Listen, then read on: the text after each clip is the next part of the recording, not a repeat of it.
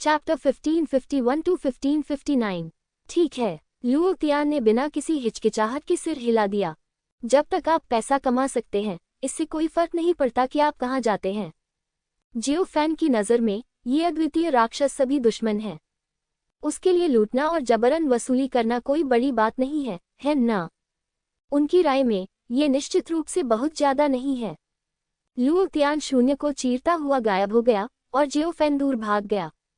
इन बड़ी जातियों को यह समझने में अधिक समय नहीं लगेगा कि कुछ गड़बड़ है। इस क्षण का लाभ उठाकर प्रत्येक परिवार को लूटो। ग्रे फ्लड मगरमच्छ कबीले का क्षेत्र। ग्रे फ्लड क्रोकोडाइल पैट्रियार्क अभी बाहर से वापस आया है। वह जल्दी से वापस आया। सबसे पहले वह यिंतियन कुत्ता कबीले के पास गया। परिणाम स्वरूप वह लुओ तियान से टकरा गया। फिर वह शक्तिशाली बैल दानव कबीले के पास गया। परिणाम स्वरूप जब वह वहां पहुंचा तो जियो फैन ने पहले ही आत्मा पत्थरों की रकम वसूल ली थी और वह भाग गया। ये अद्वितीय राक्षस मूर्ख नहीं हैं।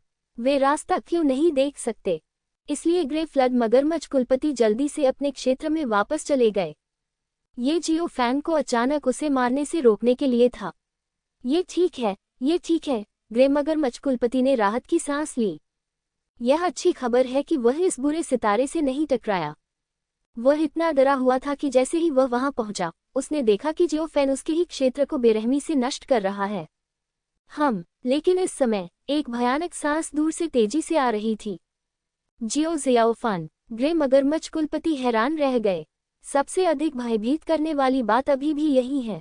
ये दुष्ट तारा सचमुच आ रहा है। धत तेरी की! ग्रे क्रोकोडाइल कुलपति ने दांत पीसकर गाली दी और शीघ्रता से संचार जेड पर्ची निकालकर सहायता दल से संपर्क किया। सबसे अधिक भयभीत करने वाली बात फिर भी घटित हुई। हा बूढ़े मगरमच्छ, तुम्हारे दादाजी यहाँ हैं। विस्मयादिबोधक चिन्ह उद्धरण चिन्ह। जियाओ फैन ने दूर से ग्रे मगरमच्छ कुलपति की आकृति देखी। 1000 साल के गुप्त क्षेत्र में जियो फैन ने मगरमच्छ रेगिस्तान को दबा दिया और तब से ग्रे मगरमच्छ कबीले के साथ उसका झगड़ा चल रहा था। ये घृणा ऐसी स्थिति में विकसित हो गई है जहां जीवन का कोई अंत नहीं है। लानत है, घमंडी बच्चे! ग्रे मगरमच्छ कुलपति क्रोधित था। ग्रे मगरमच्छ कबीले की रक्षा बाधा इस दुष्ट सितारे का बिल्कुल भी विरोध नहीं कर सकी। ग्रे मगरमच्छ कुलपति के पास अपनी जाति के लिए लड़ने के अलावा कोई विकल्प नहीं था। अब उन्हें केवल यही उम्मीद थी कि सेना शीघ्र ही वहां पहुंच जाएगी। टकराना! जियो फैन की स्वर्गीय सजा तलवार उसके दाहिने हाथ में दिखाई दी और एक तलवार गिर गई। काली तलवार की ऊर्जा ग्रे मगरमच्छ कबीले के क्षेत्र की ओर बढ़ी। ग्रे मगरमच्छ कुलपति दहाड़ते हुए एक विशाल ग्रे मगरमच्छ में बदल गया और जियो फैन की तलवार ऊर्जा के खिलाफ लड़ने के लिए अपने मुंह से एक भयानक ग्रे प्रकाश उगल दिया। Boom boom boom! शून्य में भयानक विस्फोट हुआ। एक क्षण में ग्रे मगरमच्छ कबीले के क्षेत्र के बाहर अनगिनत भयानक लहरें उठीं। संपूर्ण अवरोधक संरचना ढीली हो गई और लगभग टूट गई, लेकिन ग्रे मगरमच्छ कुलपति ने अभी भी प्रतिद्वंद्वी के हमले का विरोध किया। बूढ़ा मगरमच्छ बुरा नहीं है, मुझसे एक और वार ले लो। जियो फैन बेतहाशा हंसा और पृथ्वी को नष्ट करने वाला चाकू प्रकट हुआ। आत्मा भक्षण चंद्रमा / स्वर्गीय दंड पृथ्वी को नष्ट करने वाला / विस्मयादिबोधक चिन्ह उद्धरण चिन्ह।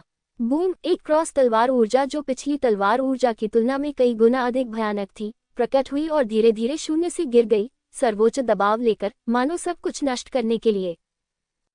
ग्रे मगरमच्छ कुलपति दहाड़ा। उसने अपनी गुप्त विधि का प्रयोग किया और हताश होकर लड़ने के लिए अपनी मूल शक्ति को जला दिया। वह क्रोधित था। यह चींटी कुछ साल पहले उसकी आंखों में थी। आज वह उसे आसानी से एक साधारण कदम से दबा सकता था।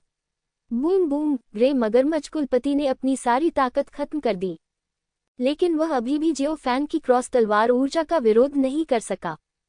क्रॉस तलवार ऊर्जा ने ग्रे मगरमच्छ कुलपति के शरीर को चकनाचूर कर दिया और बाधा के अवरोध पर गिर गया। विस्मयादिबोधक चिन्ह उद्धरण चिन्ह। टकराना! ग्रे मगरमच्छ कबीले की बाधा एक पल में टूट गई। जानवर! ग्रे मगरमच्छ कुलपति क्रोधित हो गया और उसका बिखरा हुआ शरीर एक पल में बहाल हो गया और वह हत्या के इरादे से दौड़ा। उसे इस दुष्ट तारे को रोकना होगा, अन्यथा आज ही उसके ग्रे मगरमच्छ कबीले का सफाया हो जाएगा। बूढ़े मगरमच्छ, आओ हम दोनों लड़ें।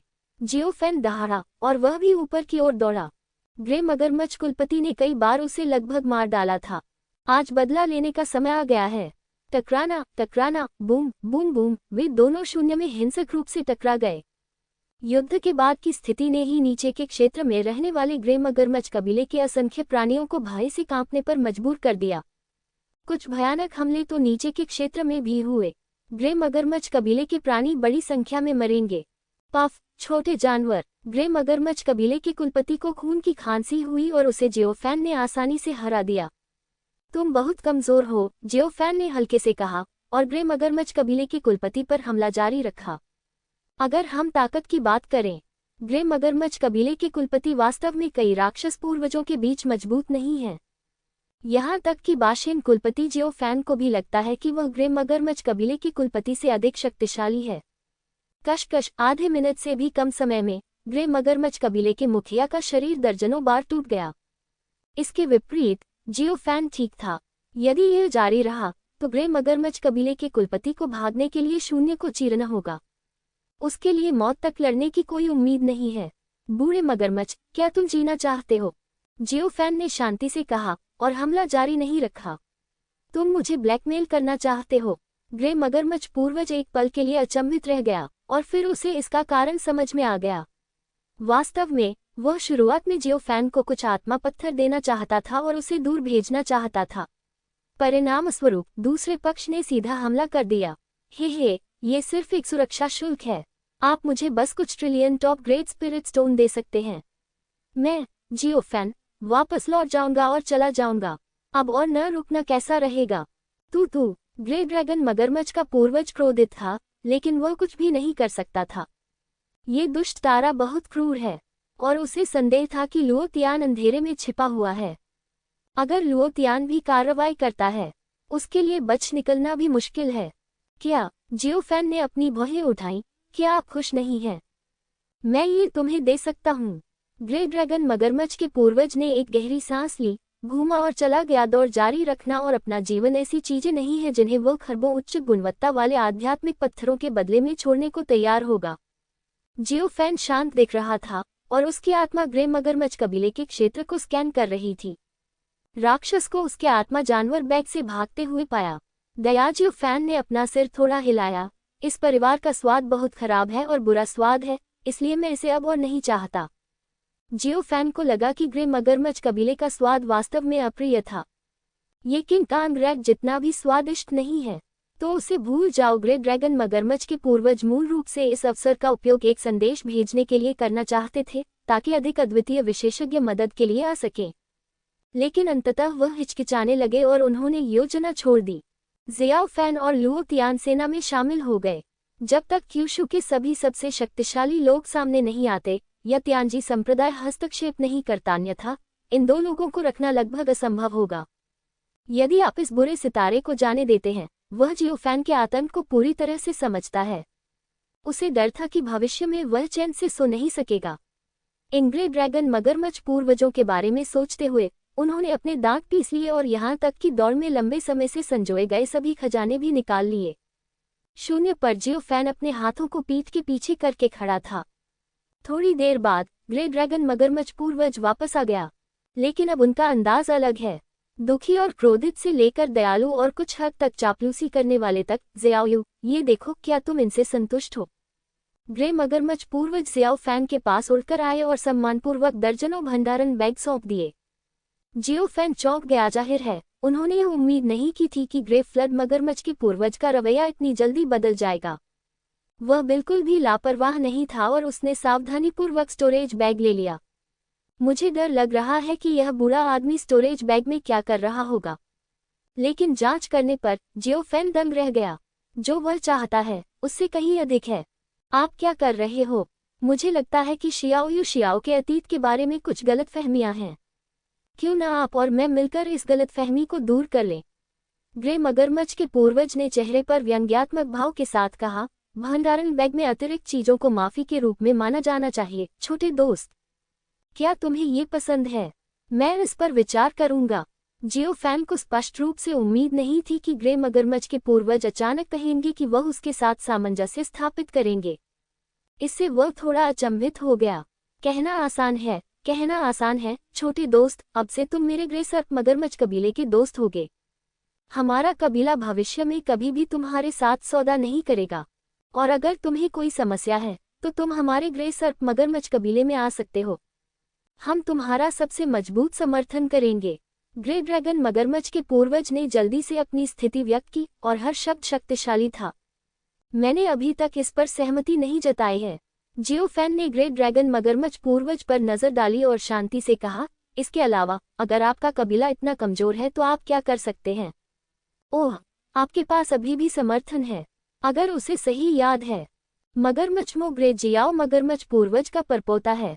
उसने स्वयं मगरमच्छमो को मार डाला। ग्रे ड्रैगन मगरमच्छ पूर्वज के लिए खुद से बदला लेना सामान्य बात है, लेकिन ये रवैया परिवर्तन तो बहुत अचानक हुआ था, है न? हे, यही तो मैंने कहा था। जियोफैन के शब्दों को सुनकर ग्रे ड्रैगन मगरमच्छ के पूर्वज ने शर्मिंदा मुस्कान दिखाई। ये तो स्पष्ट है कि आप उसे कोई सम्मान नहीं देते। जियोफैन भी प्रथम है, लेकिन वह कुछ नहीं कर सका। मैं सचमुच इस दुष्ट स्टार को अपमानित नहीं कर सकता।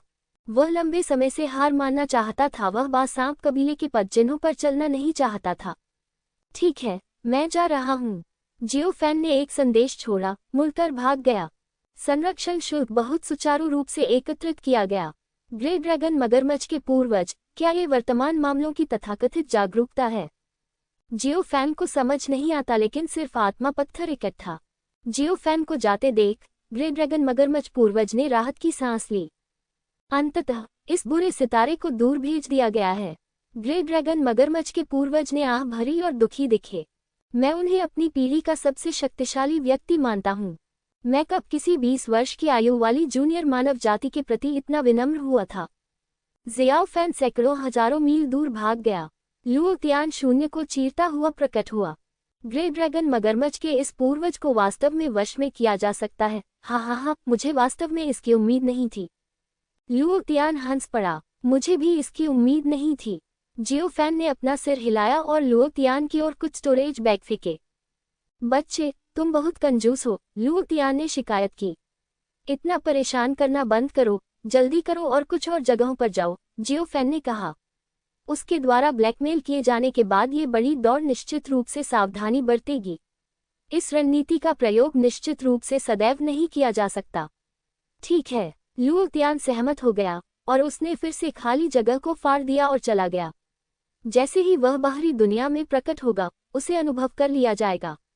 जियोफैन ने दूर तक देखा और चला गया। अगला पड़ाव बाघ ड्रैगन कबीला। बाघ ड्रैगन कबीला। जियाओफैन को शुरू में इस दौड़ से कोई समस्या नहीं थी।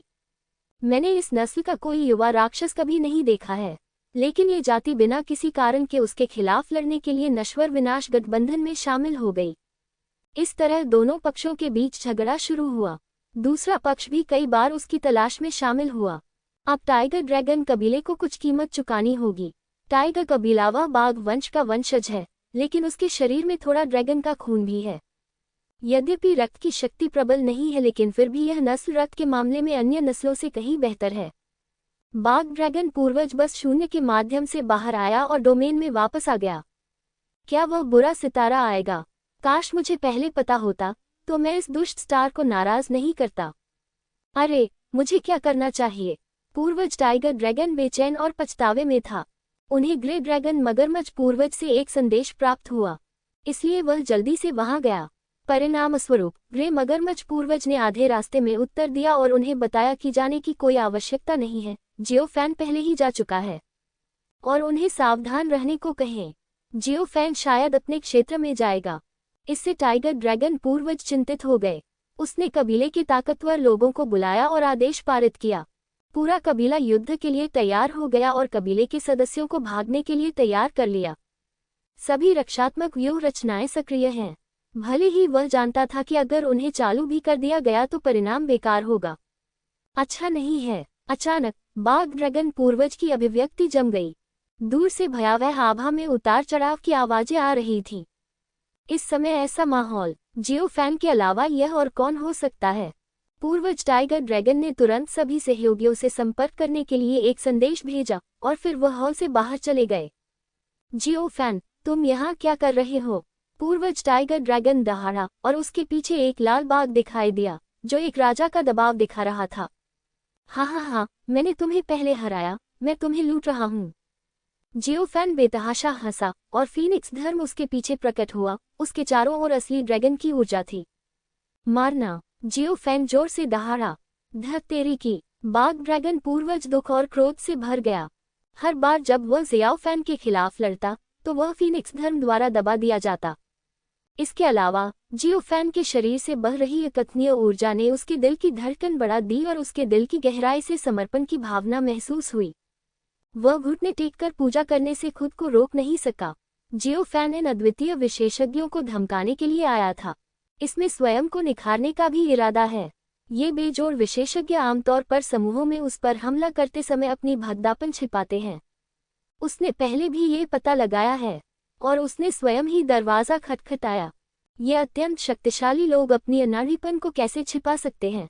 दयाबले ही राक्षस जाति के ये अद्वितीय योद्धा अनाड़ी न हो, लेकिन अब वे जियोफैन के सामने कोई मुकाबला नहीं कर सकते। थोड़ी देर के बाद जियोफैन ने आसानी से टाइगर ड्रैगन पूर्वज को दबा दिया। उसे तब तक पीटा गया जब तक कि खून नहीं निकलने लगा और बाघ के शरीर को कई बार टुकड़ों में तोड़ दिया गया। अंत में बाघ ड्रैगन पूर्वज ने आत्मसमर्पण कर दिया। जियोफैन ने दसियों खरबों डॉलर के शीर्ष श्रेणी के आध्यात्मिक पत्थर संसाधनों को जबरन हड़प लिया। जियोफैन कई संतुष्ट हो गया, अपने नितंब थपथपाए और चला गया। बाघ ड्रैगन पूर्वज बहुत गुस्से में है।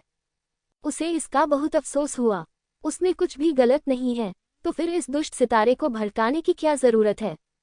इसके बाद जियोफैन 5 कोनों वाले लाल तेंदुए कबीले के क्षेत्र में चला गया। 5 नुकीले लाल तेंदुए पूर्वज को हिंसक रूप से मारो। सुरक्षा शुल्क वसूलने के बाद वह फिर से चला गया। स्वाभाविक रूप से वह गुलोंगजियान कबीले को नहीं भूलेगा। गुलोंगजियान कबीले के नेता को पीटा। फिर उसने प्राचीन ड्रैगन और हाथी कबीले के कई राक्षसों को पकड़ लिया जो उसके आत्मिक पशु थैले से बच निकले थे। खरबों उच्च गुणवत्ता वाले आध्यात्मिक पत्थरों को जबरन वसूलने के बाद जियोफैन फिर से चला गया। इस बार जाने के बाद जियोफैन रुक गया। मैं लूटपाट जारी रखने की योजना नहीं बना रहा हूँ। चलो चलें, जियोफैन, हम आगे कहाँ जाएंगे? लुओ तियान ने आग्रह किया, स्टोरेज बैग को पकड़े हुए और उत्साह से कांपते हुए। विकसित, सचमुच विकसित जियोफैन के साथ घूमने के बाद उसे 1000 साल तक घोस्ट वर्ल्ड वैली में संसाधनों की कमी नहीं होगी। किसी और को लूटने का कोई मतलब नहीं है। जियोफैन ने अपना सिर हिलाया और शांति से कहा। क्यों? लुओ तियान स्पष्ट रूप से संतुष्ट नहीं था और एक और भाग्य बनाना चाहता था।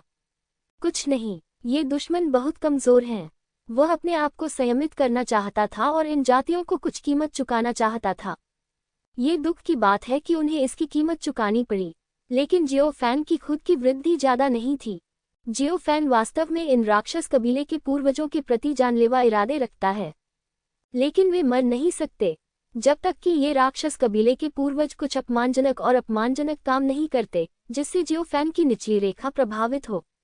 अन्यथा इन राक्षस कुल के पूर्वजों को अब नहीं मारा जा सकता। एक महान आपदा आ रही है। ये राक्षस कबीले के पूर्वज युद्ध में सर्वशक्तिशाली हैं, यहाँ तक कि उन्हें तोप के चारे के रूप में उपयोग करना भी ठीक है। आप अफसोस, लुओ तियान उसे कुछ सलाह देना चाहता था, लेकिन उसने ऐसा करना उचित नहीं समझा। आप बहुत ज्यादा लालची नहीं हो सकते। इस समय प्राप्त आध्यात्मिक पत्थर पर्याप्त हैं, तो मैं जा रहा हूँ। जब तुम्हारे पास समय हो तो तुम गुशी घाटी जा सकते हो। निंग एर अभी भी तुम्हारा इंतजार कर रही है, लुओ तियान ने शांति से कहा। हाँ, निश्चित रूप से। जियोफैन ने सिर हिलाया और लुओ तियान को शून्य से निकलकर जाते हुए देखा। फिर वह दूर भाग गया। अगला जियोफैन छिपने की योजना बना रहा है। यद्यपि लगातार लड़ाइयों ने खुद को संयमित कर लिया है, लेकिन इसका प्रभाव बहुत अधिक नहीं है। जियोफैन क्लेश क्षेत्र की ओर तैयारी और आगे बढ़ने की योजना बना रहा है। जब उसने क्लेश क्षेत्र की दहलीज पर कदम रखा, ये राक्षस कुल के अद्वितीय विशेषज्ञ हैं। अब उसका दुश्मन बनने का कोई मौका नहीं रहेगा। जियोफैन ने दानव क्षेत्र छोड़ दिया। वह मानव क्षेत्र में वापस नहीं लौटा, बल्कि 3 जातियों के चौराहे पर चला गया। यह उस स्थान से ज्यादा दूर नहीं है जहां यीबातियन और अन्य लोगों ने उसे घेरने के लिए अवरोधक स्थापित किया था। जियोफैन के यहाँ आने के बाद उसे एक गुफा मिली। गुफा में एक अथाह गड्ढा खोला गया और वह उसमें छिप गया। केवल जब आप सभी पहलुओं में शिखर पर पहुंच गए हैं, तभी आप सफलता प्राप्त कर सकते हैं, जियोफैन ने खुद से कहा। फिर उन्होंने बड़ी संख्या में पुरावशेष निकाले। अब उनके शरीर पर लगभग 1 लाख प्राचीन वस्तुएं हैं। मानव जाति से प्राप्त होने के अलावा राक्षस जाति के पूर्वजों द्वारा भी बहुत सारे सुरक्षा शुल्क दिए जाते हैं। ये तो बस अफसोस की बात है, राक्षस कुल में प्राचीन वस्तुएं एकत्रित करने की आदत नहीं है। वैनत्याने और ज्ञानोदय के बीजों के प्रकट होने से प्राचीन वस्तुओं को परिष्कृत करने में निहित शक्ति को अवशोषित करना शुरू हो गया।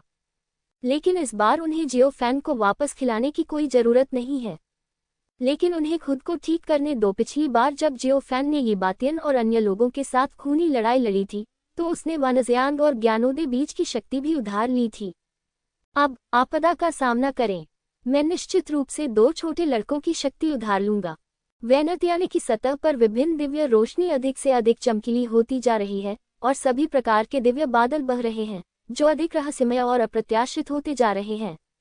ज्ञान बीज के ऊपर की हरी पत्तियां धीरे धीरे अंकुरित हुईं और कई पुनकेसर में संघनित हो गईं। वे बड़े हो गए हैं, जियोफैन ने आह भरी। ऐसा लगता है जैसे कोई बूढ़ा पिता अपने बच्चों की देखभाल कर रहा हो। इन 2 छोटे बच्चों का पालन पोषण उन्होंने ही किया था।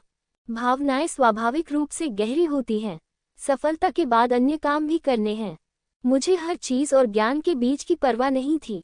अब कुछ नहीं करना है, बस इन 2 छोटे बच्चों को इसे धीरे धीरे आत्मसात करने दो। जियोफैन की आत्मा स्टार मैप में प्रवेश कर गई। विभिन्न प्राकृतिक सामग्रियों और सांसारिक खजानों को लेना शुरू करें जो आपकी आत्मा और मूल शक्ति को मजबूत करते हैं। तब तक प्रतीक्षा करें जब तक सब कुछ पूरी तरह से बहाल न हो जाए। जियोफैन ने 2 और मूल क्लोन बनाए। अब कुल 12 मूल क्लोन हैं। ये तो हद है। इन मूल क्लोनों को एक पल में मुख्य शरीर के साथ एकीकृत किया जा सकता है, जो जियोफैन के लिए बहुत उपयोगी है। हमने पहले भी ये बातियन और अन्य लोगों के खिलाफ लड़ाई लड़ी थी। जियोफैन ने इन सभी मूल क्लोनों को आध्यात्मिक शक्ति में बदल दिया।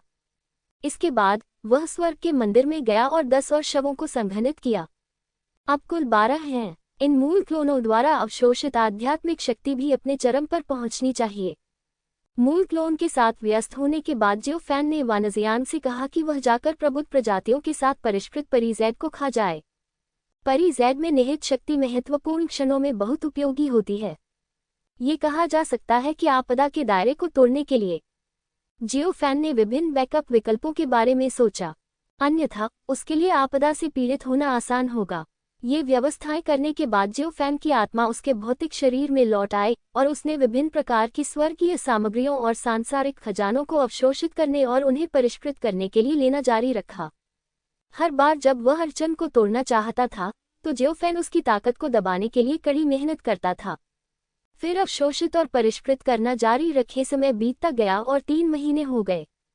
ये स्वाभाविक रूप से कोई रहस्य नहीं है कि जियोफैन डकैती और जबरन वसूली के लिए राक्षस कबीले की विभिन्न जातियों को निशाना बनाता रहा है और वह चाहकर भी इसे छिपा नहीं सकता है।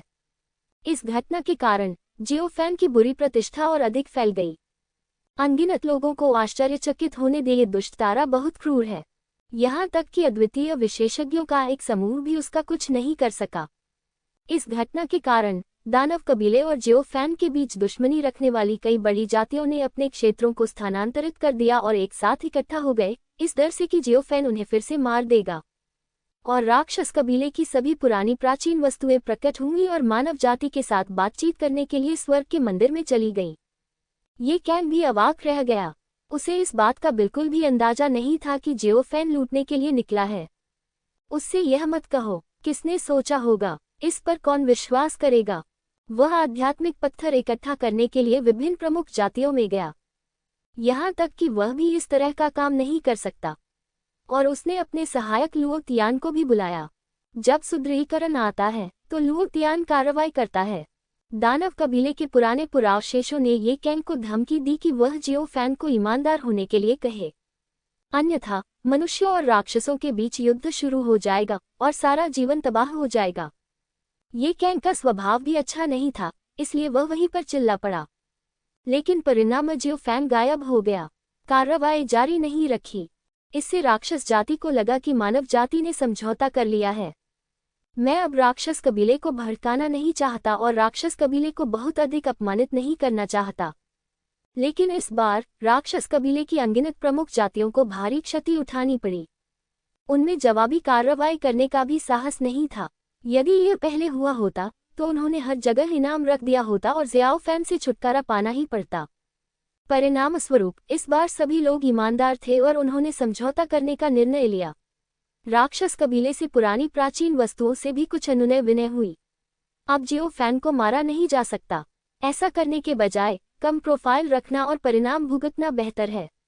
अगर जियो फैन ने वे चीजें की तो इससे उसके दिल में आक्रोश खत्म हो जाएगा और वह भविष्य में बदला लेने से रुक जाएगा। यह एक अच्छी बात होगी। यिनतियन कुत्ता कबीला, मजबूत बैल दानव कबीला आदि भी ऐसा ही सोचते हैं। हम इस बुरे सितारे को उकसाना जारी नहीं रख सकते। राक्षस जाति और वह जाति जो शियाओ फैन से दुश्मनी रखती थी, वे बेचैनी में जी रहे थे। हालांकि उन्हें धीरे धीरे पता चला कि जियो फैन गायब हो गया था और हाल ही में उसका कहीं पता नहीं चला। और मानव डोमेन, शहर, जनजातियों या संप्रदायों के आकार की परवाह किए बिना जियो फैन के गौरवशाली कार्य फैल रहे हैं। ये तुओं को फाड़ डालो। एक व्यक्ति 10 अद्वितीय प्राणियों के विरुद्ध लड़ता है। क्रोध में ये बातियन को मार डालो। इसके अलावा ये प्रमुख राक्षस कबीले बलों की डकैती और जबरन वसूली है। ये कहा जा सकता है कि जियो फैन अब बूढ़े से लेकर युवा तक मानव जाति का आदर्श है। कोई नहीं जानता इस समयावधि के दौरान जियो फैन 3 कुलों के चौराहे पर छिपा हुआ है। वह चुप और संयमित है। वह ये कदम उठाने के लिए अंतिम तैयारियां कर रहे हैं। अंतहीन गड्ढे में अब समय आ गया है कि हम आगे बढ़ने का प्रयास करें, जियो फैन ने खुद से कहा, और उसके शरीर पर आभा का उतार चढ़ाव अपने चरम पर पहुंच गया, जो पहले से भी अधिक भयानक हो गया। वह अभिभूत होने की स्थिति तक पहुंच गया है और इस दौरान उन्होंने लगभग 100 तारों को तोड़ दिया। उन्होंने स्वयं को पूर्ण शिखर पर समायोजित कर लिया। इसमें सुधार की कोई संभावना ही नहीं है। यदि मैं इस तरह की तैयारी के साथ आपदा से बच नहीं सका तो हो सकता है कि भगवान मुझे मारना चाहें। जियो फैन मुस्कुराया, फिर तियांजी टोकन निकाला और उसमें आध्यात्मिक शक्ति डाल दी। उनकी इस सफलता से निश्चित रूप से काफी शोर मचेगा। उसे डर था कि राक्षस कबीले के लोग आएंगे और उत्पात मचाएंगे। झाओ हुजी को ये बात बताओ। उसे सुरक्षा सुनिश्चित करने के लिए तियांजी संप्रदाय से विशेषज्ञों को भेजने दें। लेकिन जियो फैन ने इसके बारे में सोचा और असहज महसूस किया। यदि दानव कबीले से सभी पुरानी प्राचीन वस्तुएं कार्रवाई करती हैं, जियो फैन चिंतित है कि दानव कबीला अपनी पूरी ताकत का उपयोग करेगा। उसे डर था कि इस प्रक्रिया के दौरान कुछ अप्रत्याशित घटित हो सकता है, इसलिए उसने लुओ तियान से फिर से संपर्क किया। यह मूलतः त्रुटिरहित है। बाहरी दुनिया से आओ, मुझे अपनी ताकत दिखाओ। जियो फैन ने बड़बड़ाते हुए अपना सिर उठाया और दूरी में देखा, जैसे कि वह अंतहीन रसातल को पार कर सकता है, लंबी नदी के माध्यम से दौड़ सकता है और 9 प्रांतों के स्वर्ग को देख सकता है। विस्मयादिबोधक चिन्ह। 3 दिन बाद बूम बूम बूम आह! अचानक 3 जातीय समूहों का प्रतिच्छेदन। एक शक्तिशाली गर्जना हुई जिससे 10 लाख मील का दायरा हिल गया। उसी समय एक भयानक भूकंप आया। 3 कुलों के मिलन बिंदु पर स्थित शून्य को कंपित होने दो और पृथ्वी को कांपने और टूटने दो। ये दहाड़ उठी। यहाँ के सबसे नजदीक बेघरों का काला बाजार अचानक फट गया और लोग घबरा गए तथा भ्रमित हो गए। क्या हो रहा है? क्या कोई और बड़ी लड़ाई होने वाली है? ये कैसी दहाड़ है? मुझे ऐसा क्यों लग रहा है कि मेरी आत्मा कांप रही है और मैं घुटने टेककर आत्मसमर्पण करना चाहता हूँ। विस्मयादिबोधक चिन्ह उद्धरण चिन्ह उद्धरण चिन्ह। क्या यह आवाज मानव जियाओ फैन जैसी लगती है? माफ करें, यहाँ फिर खतरा है। बेघरों के लिए काला बाजार अभी अभी उभर रहा है। इस बार भी मामला खतरनाक निकला। अनगिनत लोग बेघर होकर काले बाजार से निकल रहे हैं और छिपने के लिए सुरक्षित स्थान ढूंढने की योजना बना रहे हैं। अभी की दहाड़ और झटका उस समय से भी अधिक भयानक था जब ये बातियन और अन्य ने जियो फैन के खिलाफ लड़ाई लड़ी थी। मानव जाति, राक्षस जाति, दानव जाति अनगिनत बड़ी ताकतों को एक के बाद एक ही खबर मिली। ऐसा कहा जाता है कि तीनों जातियों के मिलन स्थल से एक भयावह वातावरण उत्पन्न होता है और वह भयानक दहाड़ जियाओ फैन की लगती है। ऐसा लगता है कि जियो फैन एक सफलता बना रहा है। उनकी प्रमुख सेनाओं के पास अनेक मुखबिर होते हैं, इसलिए समाचार तुरंत मिल जाना कोई आश्चर्य की बात नहीं है। तीनों जनजातियों के अनगिनत शक्तिशाली लोग एक के बाद एक ये देखने के लिए निकल पड़े कि तीनों जनजातियों के मिलन स्थल पर क्या हुआ। क्या ये हो सकता है कि जियो फैन वास्तव में एक सफलता बनाने जा रहा है? विस्मयादिबोधक चिन्ह। 3 जातीय समूहों का प्रतिच्छेदन। आसमान में गड़गड़ाहट और बिजली चमकने लगी तथा काले बादल छा गए। भयानक वज्रपात लगातार जारी रहे और पृथ्वी को बेतहाशा नष्ट करते रहे। और पृथ्वी पर एक युवक अपने हाथों को पीठ के पीछे करके खड़ा था, जहां उसे बिजली की चपेट में आने से चोट लगी थी। वह उदासीन दिख रहा था। ये व्यक्ति जियो फैन है। क्षेत्र के बाहर स्वर्ग का रास्ता, इससे अधिक कुछ नहीं है। अनगिनत भयानक वज्र भी उसे कोई हानि नहीं पहुंचा सके। जियो फैन के शरीर की आभा बदल रही है और वह तिपाई को नियंत्रित करने और आपदा के दायरे को तोड़ने के दायरे में है। लेकिन वह जानता था कि यह तो बस शुरुआत थी। जियो फैन की उकसावे की बात सुनो। आकाश में गरजने वाले बादल और भी अधिक क्रोधित हैं। काले बादल आसमान को ढक लेते हैं और आसपास के लाखों मील तक छा जाते हैं। ऐसा लगता है जैसे प्रलय की आपदा पहले ही आ गई है। शून्य के ऊपर आकाश में काले बादल एक अधेड़ उम्र के आदमी के क्रोधित चेहरे में समा गए। इस चेहरे की आंखें वज्र से बनी हैं, जो सर्वोच्च दबाव रखती हैं। शून्य से काली गड़गड़ाहट गिरती रही, जियो फैन के शरीर पर बमबारी करती रही। बैंग बैंग बैंग बैंग, लेकिन गड़गड़ाहट कितनी भी भयानक क्यों न हो, जियो फैन अभी भी पूरी तरह से ठीक था। वह शांति से आसमान में गुस्से वाले चेहरे को देख रहा था। मैं एक दिन तुम्हें मार डालूंगा। जियो फैन की आवाज शांत थी, लेकिन उसके स्वर में हत्या का इरादा जियो तक पहुंच गया। उमड़ते काले बादलों के बीच क्रोधित चेहरा और भी क्रोधित हो गया। तुम्हें स्वर्ग और पृथ्वी पर बर्दाश्त नहीं किया जाएगा। अधेड़ उम्र के आदमी का चेहरा काले बादलों से ढका हुआ था। उसका मुंह धीरे धीरे खुला और उसने निर्विवाद स्वर में स्वर्ग के शब्द बोले। हाँ, तुम अपने आप को क्या समझते हो? जियो फैन को इसकी बिल्कुल भी परवाह नहीं है। पिछली बार उन्हें एक आपदा का सामना करना पड़ा था। यह जुवानदान क्षेत्र से युवानहुन क्षेत्र तक की सफलता है। स्वर्गीय क्लेश की शक्ति उसके क्षेत्र द्वारा सीमित है, लेकिन इस बार बाहरी दुनिया निश्चित रूप से पीछे नहीं हटेगी। आसमान से तेज गड़गड़ाहट गिरी।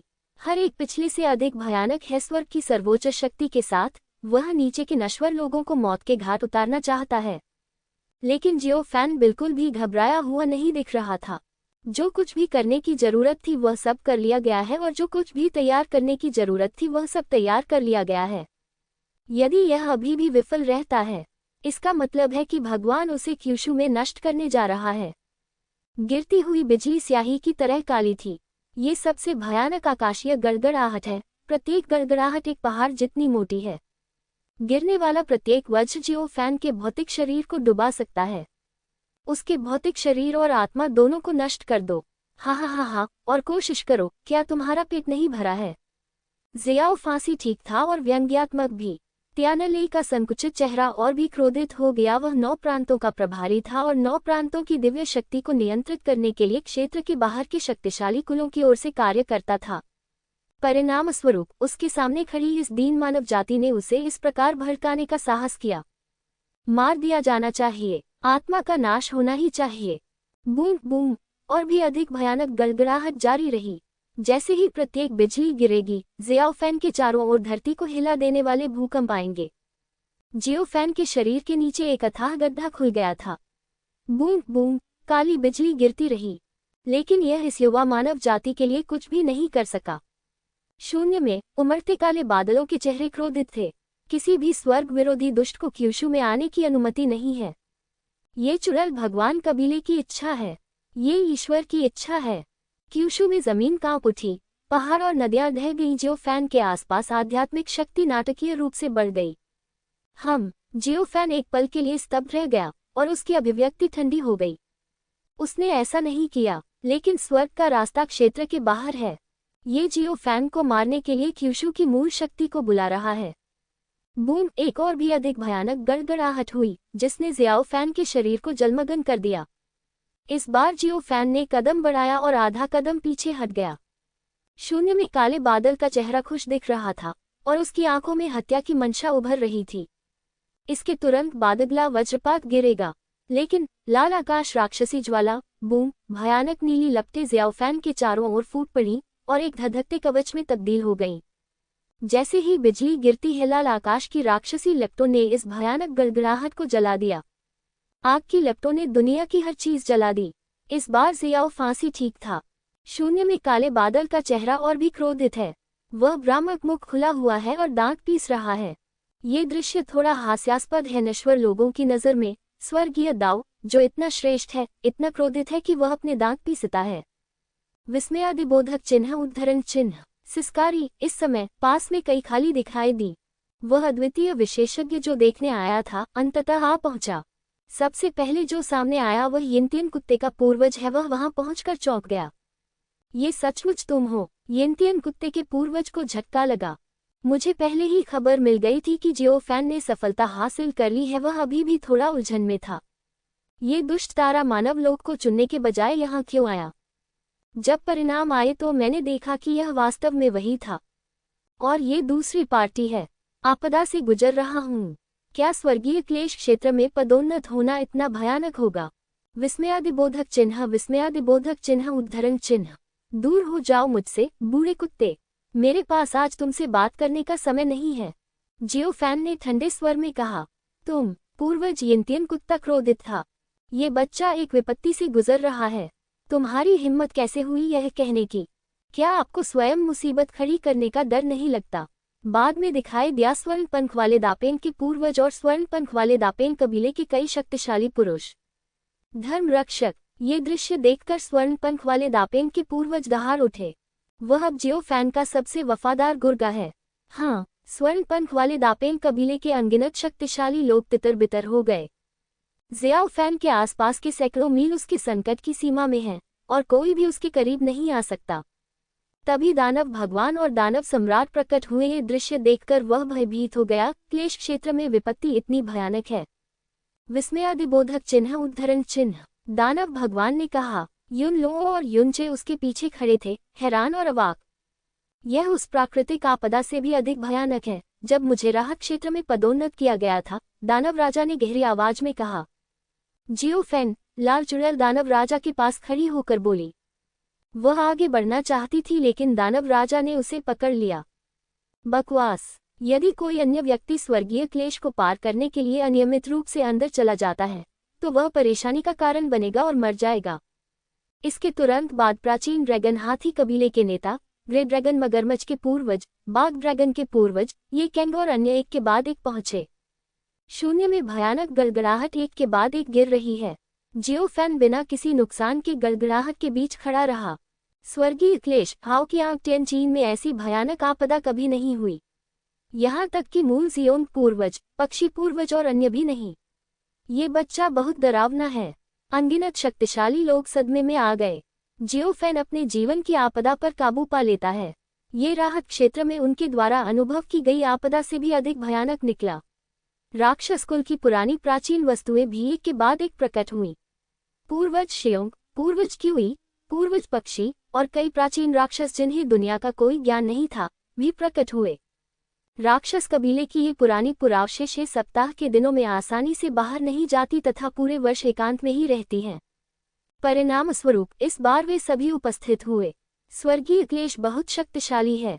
क्यूशु मानव सम्राट जब जीवन के स्वर्गीय संकट से गुजर रहा था तब वह इतना शक्तिशाली नहीं था। इस बच्चे का मूल क्या है? इन बूढ़े राक्षस कबीले के सदस्यों के भाव गंभीर थे। राक्षस कुल का जीवन काल लंबा होता है। यह इस तथ्य से देखा जा सकता है कि ताओवादी वूजी 70,000 वर्षों तक जीवित रह सकते हैं। ये पुरानी प्राचीन वस्तुएं अनगिनत वर्षों से जीवित हैं और 10,000 वर्षों की अनगिनत आपदाओं का सामना कर चुकी हैं। इनमें से कुछ तो तब भी मौजूद थी जब मानव सम्राट का पतन हो गया था। वरिष्ठों, जियो फैन एक परिपक्व बच्चा बन गया है।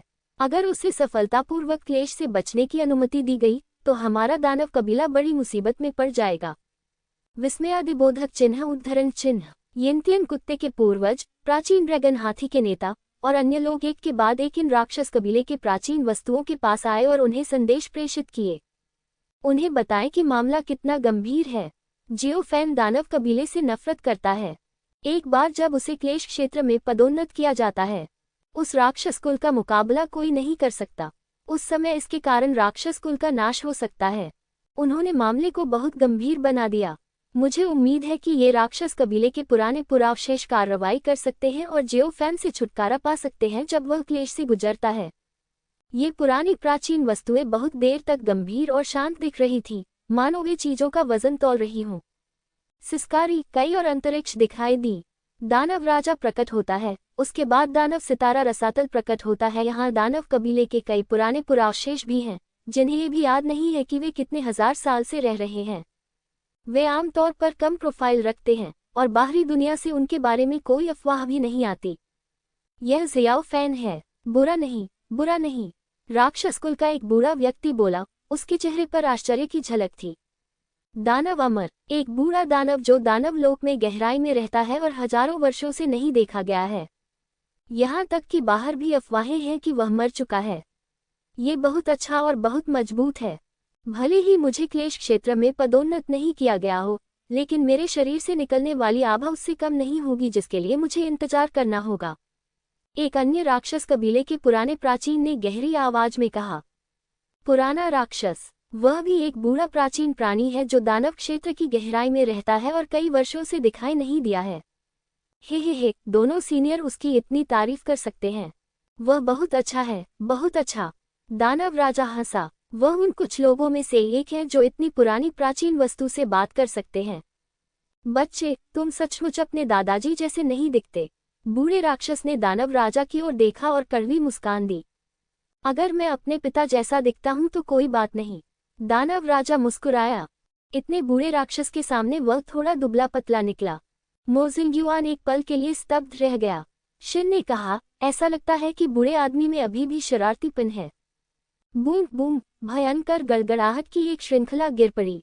शक्ति आधी भी कमजोर नहीं हुई है, क्योंकि आसपास एकत्रित अद्वितीय विशेषज्ञों की संख्या बढ़ गई है। इसके विपरीत थंडर की शक्ति अधिक मजबूत है। ये लोग, चाहे वह राक्षस कबीले की कोई पुरानी प्राचीन वस्तु हो या राक्षस कबीले की कोई पुरानी प्राचीन वस्तु, त्यांदाओं की नज़र में वे सभी चींटियां हैं।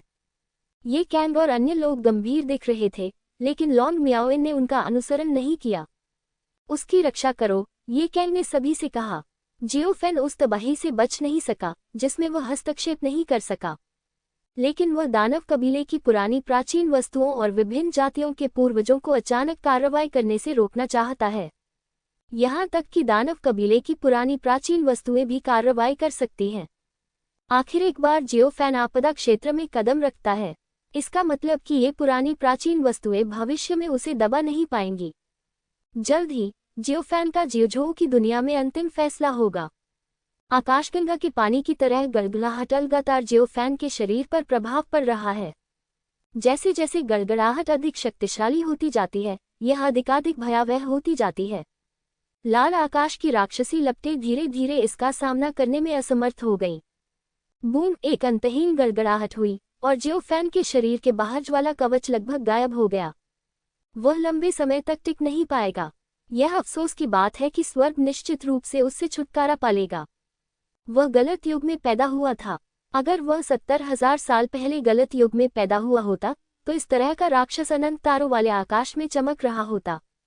बूढ़े राक्षस ने आह भरी। बहुत भयानक आपदा। उसे तो ये भी यकीन नहीं था कि वह इससे बाहर निकल पाएगा। हाँ, यह अफसोस की बात है, यह अफसोस की बात है। क्यूशु ऐसा ही है। राक्षसी अमर उदास दिख रहे थे, अतीत को याद करते हुए। आकाश क्षेत्र के बाहर है। स्वर्ग के सभी नियम बाहरी लोगों द्वारा नियंत्रित होते हैं। हर बार जब कोई राक्षस पैदा होता है, तो स्वर्गीय संकट अवश्य आता है और उसे मार डालता है। ये कितना अनुचित है। वह अब और नहीं रोक सकता, इसलिए कोई कार्रवाई करने की आवश्यकता नहीं है। दानव जनजाति के एक बूढ़े व्यक्ति ने कहा, जिसने सोने के पैटर्न वाला अजगर का लबादा पहना हुआ था। वह जिनलिन के पूर्वज हैं। इसका मुख्य शरीर एक सुनहरे रंग के शल्क वाला सेंटीपीड है, जिसमें अलौकिक देवताओं के रक्त के निशान हैं। तो एक परिवर्तन हुआ, बस इस विपत्ति में मर जाओ, किजू ने ठंडे स्वर में कहा। यदि संभव होता तो वह जियोफेन को कुछ नहीं करता। आखिरकार ताओवादी वूजी ने पहले भी उसे सबक सिखाया था, और इस समय जियोफेन विपत्ति के तहत फीनिक्स धर्म उसके पीछे प्रकट हुआ, जो सच्चे ड्रैगन की ऊर्जा से घिरा हुआ था, और नीली लौ कवच फिर से जल उठा। केवल एक गड़गड़ाहट वाली विपत्ति कुछ भी नहीं है। जियोफेन दहाड़ा। इससे पहले उसने प्रतिरोध करने के लिए केवल स्कारलेट स्काई डेमोनिक फ्लेम का ही प्रयोग किया था, तथा फीनिक्स तकनीक का प्रयोग कभी नहीं किया था। ऐसा नहीं है कि जियोफेन घमंडी है, लेकिन वह जानता था कि यह आपदा लंबे समय तक चलेगी। उसे सर्वोत्तम स्थिति में रहना होगा। बूम बूम, भयानक गड़गड़ाहट जारी रही।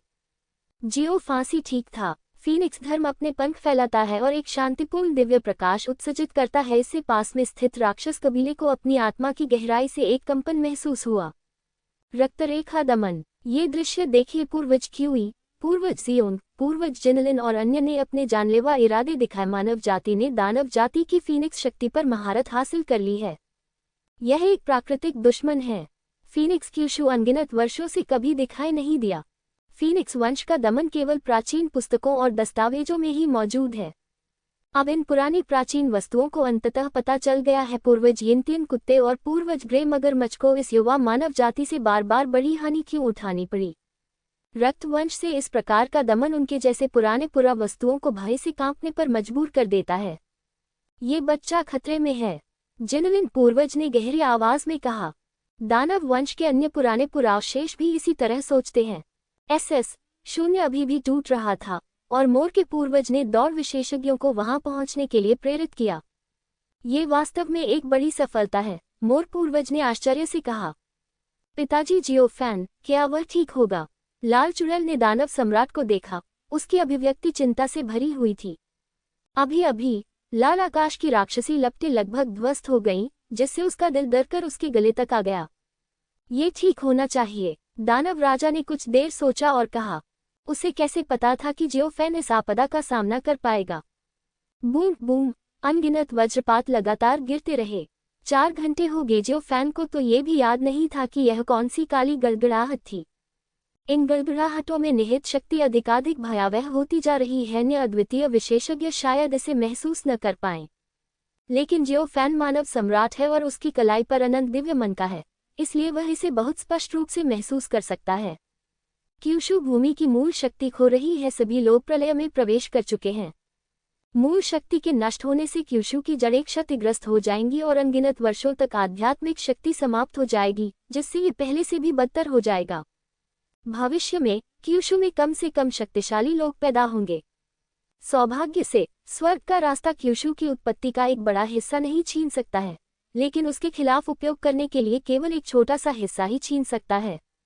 शून्य में स्वर्गीय दाव का चेहरा और भी अधिक क्रोधित हो गया कि वह इस मानव चींटी को नहीं मार सका। काले बादलों से लाल चमक की लहरें निकल रही थीं। ये लाल चमक जलते बादलों की तरह है। बूम, भयंकर लपटों के साथ बिजली का एक जोरदार झटका आया और उसने जियोफैन के शरीर को बुरी तरह से मारा। पफ, जियोफैन के मुंह से खून निकला। फीनिक्स धर्म और ज्वाला कवच के समर्थन के बावजूद वह इसका विरोध नहीं कर सका। क्या ये गड़गड़ाहट और आग की आपदा है?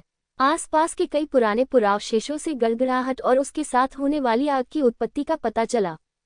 वज्रपात और अग्नि आपदा। वज्रपात की तबाही से भी ऊपर एक तबाही। विस्मयादिबोधक चिन्ह। ये शक्ति वज्रपात की तुलना में 10 गुना अधिक भयानक है। हजारों वर्षों में ये पहली बार है कि क्यूशू में वज्रपात और आग की आपदा घटित हुई है। राक्षसी अमर ने आह भरी। क्यूशू में अनगिनत वर्षों से गायब इस तरह की तबाही फिर से आ सकती है। और फिर भी यह एक युवा मानव जाति पर पड़ा, जो कड़ाही क्षेत्र को नियंत्रित करने की महान पूर्णता तक पहुंच गया था। गड़गड़ाहट और अग्निक्लेश के विषय में आसपास के सभी लोग जो इसके बारे में कुछ भी नहीं जानते थे, उन्हें भी एहसास हुआ कि यह गड़गड़ाहट और अग्निक्लेश कितना भयानक था। उनके आश्चर्य के भावों को छिपाना कठिन था। यह मानव युवक कितना दुष्ट है। वास्तव में इससे ऐसी तबाही मची जो क्यूशू में हजारों वर्षों से कभी नहीं हुई थी। मानव सम्राट के पतन के बाद से क्यूशू में ऐसा कोई राक्षस नहीं हुआ है। उसकी प्रतिभा पूर्व मानव सम्राट के बराबर हो सकती है या उससे भी आगे निकल सकती है। जिनलिन पूर्वज ने आह भरी।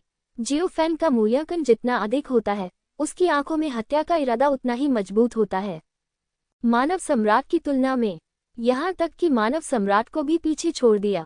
विस्मयादिबोधक चिन्ह, उद्धरण चिन्ह। ये सुनकर असंख्य शक्तिशाली पुरुष आश्चर्यचकित हो गए। वरिष्ठ जिनलिन, क्या आप ये कह रहे हैं कि आप इस व्यक्ति को बहुत अधिक महत्व देते हैं? वह अच्छा है, लेकिन वह पूर्व मानव सम्राट जितना ऊंचा नहीं है ना? येंटियन कुत्ते के पूर्वज ने पूछा। ऊंचाई? पूर्वज जिनलिन ने अपना सिर हिलाया।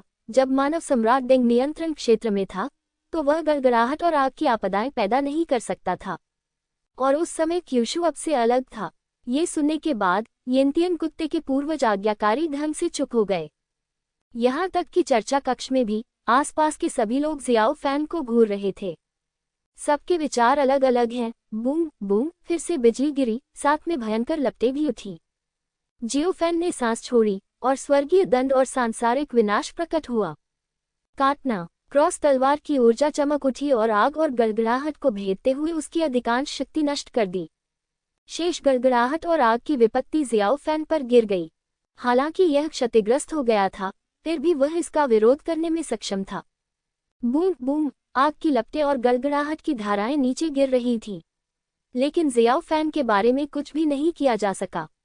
अगर यह काम नहीं करता है तो हमें उससे छुटकारा पाना होगा। हम अपना भाग्य बाहरी लोगों के हाथों में नहीं छोड़ सकते। पूर्वज जिनलिन ने पूर्वज शियोंग, पूर्वज पक्षी और अन्य लोगों के साथ साथ पूर्वज यिनटियन कुत्ते को एक संदेश भेजा। कई शक्तिशाली राक्षस कबीले के पुरुषों ने धीरे से सिर हिलाया, उनकी आंखों से हत्या की मंशा फूट रही थी। जियो फैन बहुत डरावना है, ऐसे मानव राक्षसों का सफाया होना चाहिए, अन्यथा भविष्य में उसके राक्षस कुल के अद्वितीय विशेषज्ञों को, यहाँ तक कि पुराने पुरावशेषों को भी, क्या उन सभी को एक युवा मानव जाति का मुंह नहीं देखना पड़ेगा? यहाँ तक कि उन्हें पुरानी प्राचीन वस्तुओं को भी गिड़गिड़ाना पड़ता है। वे ऐसी स्थिति नहीं देखना चाहते, भले ही वे जानते हों कि जियो फैन जियोझोउ की आशा हो सकती है, 10,000 साल की तबाही से लड़ने की आशा। ये राक्षस जाति पुरानी प्राचीन वस्तुएं और अद्वितीय विशेषज्ञ एक दूसरे को देखकर आंख मारते थे। जब तक जियो फैन पर ज्वलंत गड़गड़ाहट का अगला हमला नहीं होता तब तक प्रतीक्षा करने की योजना बनाएं और हमला करने के लिए सेना में शामिल हों। जियो फैन को एक ही वार में मार दिया जाना चाहिए और फिर वे क्लेश के दायरे से बाहर निकल जाएंगे, अन्यथा वे भी आपदा से प्रभावित होंगे। बूंद बूंद काटना, विस्मयादिबोधक चिन्ह, उद्धरण चिन्ह। जियो फैन गुस्से से दहाड़ा और एक बार फिर से धधकती हुई बिजली गिरा दी। उसे आधे से भी कम क्षति हुई और इस समय उसे अचानक ऐसा महसूस हुआ कि वह अनगिनत भयावह आभाओं से घिरा हुआ है और उनका लक्ष्य बन गया है। मृत्यु का न्यायालय। जियो फैन की आंखें ठंडी हो गईं। बूंद, लेकिन आग और गड़गड़ाहट का अगला झटका तुरंत ही आया और उसके पास अन्य चीजों के बारे में सोचने का समय नहीं था। इसे करें। जिनलिन के पूर्वज ने संदेश भेजा कि सभी ने जियो फैन को मारने के लिए एक ही समय में सबसे मजबूत हत्या के तरीकों का उपयोग करने की योजना बनाई है। लेकिन इस बार शून्यता टुकड़े टुकड़े हो जाती है। ताओवादी वूजी और तियानजी संप्रदाय के दर्जनों शक्तिशाली शिष्य प्रकट हुए। कौन है जो दुस्साहस करने की हिम्मत रखता है? ताओवादी वूजी ने कुलपति जिनलिन और अन्य लोगों की ओर उदासीन दृष्टि से देखा। जिनलिन पूर्वज जैसे शक्तिशाली पूर्वजों की आकृतियां अचानक बंद हो गईं। जाहिर है उन्हें उम्मीद नहीं थी कि ताओवादी वूजी पास में ही छिपे बैठे होंगे। जिनलिन पूर्वज और अन्य लोगों से जानलेवा आभा गायब हो गई और उन्होंने सभी ने ताओवादी वूजी को सलाम किया। शिन ने कहा, इस बूढ़े आदमी का वास्तव में जियो फैन के साथ घनिष्ठ संबंध है। ताओवादी वूजी के चेहरे पर पहले जैसी नहीं थी, बल्कि वह जानलेवा इरादे से भरा हुआ था। जिनलिन पूर्वज, जियोन पूर्वज और अन्य पर अभी जो जानलेवा इरादा है वह निश्चित रूप से नकली नहीं है। वह इन लोगों को सीधे तौर पर सबक सिखाना चाहता था, लेकिन अब जियाओ फैन अभी भी कष्ट से गुजर रहा है। वह अभी भी डराने धमकाने पर ध्यान केंद्रित करता है। ये कैंग और शक्तिशाली लोग जैसे स्वर्गीय मंदिर के बुजुर्ग, मयूर पूर्वज, दानव भगवान और दानव सम्राट यदि वह इसे रोक देता है तो वह जिनलिन पूर्वज और अन्य को रोकने में सक्षम हो सकता है। लेकिन दूसरा पक्ष परेशानी पैदा करने पर अड़ा रहता है। इसका प्रभाव केवल जियाओ फैन पर ही पड़ता है जो क्लेश से पार पाने की प्रक्रिया में है। फिर वे कुछ नहीं कर सकते। झाओ वूजी के नेतृत्व में शक्तिशाली लोग सामने आए। आसपास के लोग तुरंत भयभीत हो गए। ताओवादी वूजी के सामने कोई भी अहंकारी होने का साहस नहीं करता। बूंद बूंद भयानक लपटें और गड़गड़ाहट की आवाजें लगातार गिरती रहीं। जियो फैन के शरीर में आध्यात्मिक शक्ति समाप्त हो गई थी और उसने अपनी आध्यात्मिक शक्ति को जल्दी से भरने के लिए मूल क्लोन को परिष्कृत करना शुरू कर दिया। आना, जियो फैन दहाड़कर बोला और शून्य में गुस्से वाले चेहरे को देखा। यद्यपि वह बहुत शर्मिंदा था और खून से लथपथ था, फिर भी उसने बाहरी दुनिया को उकसाया। अहंकार नष्ट होना चाहिए। तियानदाओ का क्रोधित चेहरा दहाड़ उठा। बूंद बूंद एक साथ दर्जनों ज्वलंत वज्रपात गिरे। ऐसा लगता है कि वह एक ही सांस में जियो फैन को मार डालेगा। हा, अच्छा आया, जियो फैन चिल्लाया। दिव्य फीनिक्स स्लैश, विस्मयादिबोधक चिन्ह, उद्धरण चिन्ह। फीनिक्स धर्म पहलू गूंज उठा और उसके पंखों से लाल सुनहरे रंग का दिव्य प्रकाश निकला जो दिव्य तलवार की तरह आकाश की ओर वार कर रहा था। बूंद बूंद आकाश प्रकाश की किरणों से भर गया था और भयावह लहरें हिल रही थीं, जिससे आसपास मौजूद अद्वितीय विशेषज्ञ भी हिल रहे थे जो मुश्किल से स्थिर खड़े हो पा रहे थे। लाल चुड़ैल, मोजिंग्युआन और युनलुओं को भयानक परिणाम के कारण लगभग फेंक दिया गया था। सौभाग्यवश कई लोगों को मजबूत लोगों ने सुरक्षित रखा, जिन्होंने उनके पीछे खड़े होकर उन्हें बचाया और सदमे के बाद की स्थिति को रोका। स्वर्गीय विपत्ति का सिलसिला अभी भी जारी है और अभी भी जारी है। मैं इस घमंडी मानव चींटी को नष्ट करने के लिए अधिक शक्तिशाली स्वर्गीय दंड का उपयोग करना चाहता हूँ। बूम बूम बूम, एक के बाद एक भयानक लपटें और गड़गड़ाहट लगातार जारी रही। ताओवादी वूजी गंभीर दिख रहे थे और काफी देर तक चुप रहे। ये कैंग, लिन जुबान और अन्य लोग भयभीत थे। पूर्वज जिनलिन, पूर्वज सियोन, पूर्वज बड और अन्य दानव कबीले प्राचीन वस्तुएं डर गए थे। येंतियन कुत्ते के पूर्वज, टाइगर ड्रैगन, प्राचीन ड्रैगन हाथी कबीले के नेता और नश्वर विनाश गठबंधन के अन्य अद्वितीय विशेषज्ञ भय से कांप रहे थे। उन्हें लग रहा था कि अंत आ रहा है। दानव सम्राट, दानव भगवान और दानव राजा ने गुप्त रूप से प्रार्थना की कि जियोफेन सफल हो सके। बूम बूम, भयानक गड़गड़ाहट एक क्षण के लिए भी नहीं रुकी। जियोफेन की आध्यात्मिक शक्ति एक बार फिर समाप्त हो गई और वह निराशा की कगार पर पहुंच गई। यदि तुम स्वर्ग के मार्ग का विरोध करने का साहस करोगे तो तुम शारीरिक और मानसिक दोनों रूप से नष्ट हो जाओगे। शून्य में काले बादलों से ढके तियानदाओ के चेहरे ने ठंडे स्वर में कहा। उनके विचार में मानव जाति अपने अंतिम चरण पर है। यदि आप उसकी कुछ सजाएं सहन नहीं कर सकते तो आप शून्य में बदल जाएंगे। हे तियानदाओ, क्या फौट है? जियाओफेन ने उपहास किया। यद्यपि वह खून से लथपथ था, फिर भी उसके चेहरे पर कोई डर नहीं दिख रहा था। मरना। स्वर क्रोधित था। जाहिर है कि उसने यह उम्मीद नहीं की थी कि यह विनम्र मानव जाति ऐसी निराशाजनक स्थिति में उसे इस तरह से उकसाने की हिम्मत करेगी।